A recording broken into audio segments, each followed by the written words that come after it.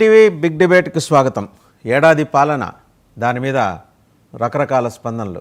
కూటమి సరే ఎలాగూ తమ డబ్బు తామే వాయించుకుంది, బ్రహ్మాండంగా పరిపాలించాం, ప్రజలు విపరీతంగా సంతోషిస్తున్నారని చెప్పి ఒక పక్క వెన్నుపోటు దినం అంటూ వైసీపీ కూడా వినూత్న రీతిలో నిరసన కార్యక్రమాలు. మధ్యలో ఘర్షణ. సరే, అంబటి రాంబాబు గారు మాజీ మంత్రి, ఆయన్ని పోలీసులు నివారించడం, తీవ్ర స్థాయిలో వాగ్వివాదం.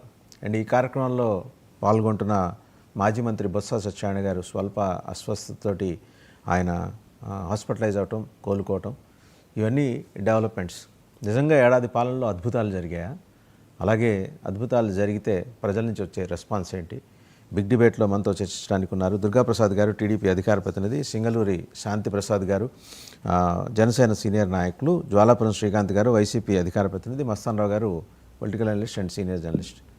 సో మనం బిగ్ డిబేట్లోకి వెళ్లే ముందు నిన్న కూటమి పాలనకు సంబంధించి తమ నిరసన వ్యక్తం చేయడానికి అంబటి రాంబాబు గారు మాజీ మంత్రి వెళ్ళినప్పుడు జరిగిన వాగ్వివాదం ముందర చూసి బిగ్ డిబేట్లోకి వెళ్ళాం.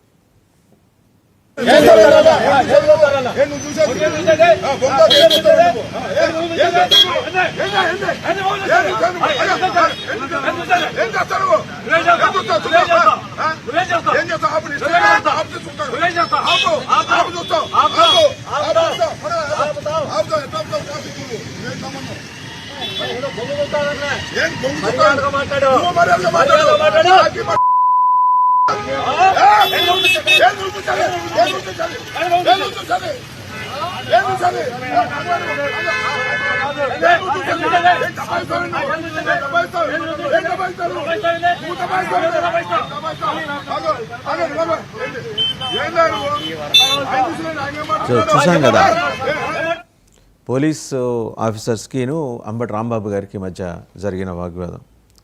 ఆయన పోలీస్ ఆఫీసర్ ముందరైతే ఆయన ఇన్స్టిగేట్ చేసి ఏకవచనంలోకి దిగారు. అప్పటిదాకా మీరు అని యువతలు ఈయన మాట్లాడుతున్నా సరే బాగా రెచ్చగొట్టి, మరి అంతగా ఘర్షణ పడాల్సిన అవసరం పోలీసులకు కానీ యువతల అంబటి రాంబాబు గారికి కానీ లేదు. సరే, ఒక వాగ్యుద్ధం జరిగింది. జరిగినప్పుడు ఎక్స్ట్రీమ్ ఎండ్స్కి వెళ్ళడం అనేది ఎంతవరకు సబ్బు? దుర్గాప్రసాద్ గారు, టీడీపీ అధికార ప్రతినిధి. దుర్గాప్రసాద్ గారు వినిపిస్తోందా? దుర్గాప్రసాద్ గారు, మీరు మ్యూట్లో ఉన్నారండి. దుర్గాప్రసాద్ గారు అన్మ్యూట్ చేసుకోండి. రైట్, ఆయన దగ్గరికి మళ్ళీ వెళ్దాం. ఒకసారి సింగళూరు శాంతిప్రసాద్ గారి దగ్గరికి వెళ్దాం. శాంతిప్రసాద్ గారు నమస్కారం అండి. ఇంకా రాలేదు. రైట్, మస్తానరావు గారు నిన్న జరిగిన వాగ్యుద్ధం చూశారు కంప్లీట్గా. Good morning. చూశారు కదా, వాగ్యుద్ధం చూశారు కదా నిన్న కూటమి ఏడాది పాలనకు సంబంధించి. ఏంటి అంత సీరియస్ కాన్ఫ్రంటేషన్ అండి? అంటే ఒక శత్రువుల మాదిరి కొట్టుకోవాల్సినంత నెసిటీ ఏమన్నా వచ్చిందా అటు వైఎస్ఆర్సీపీ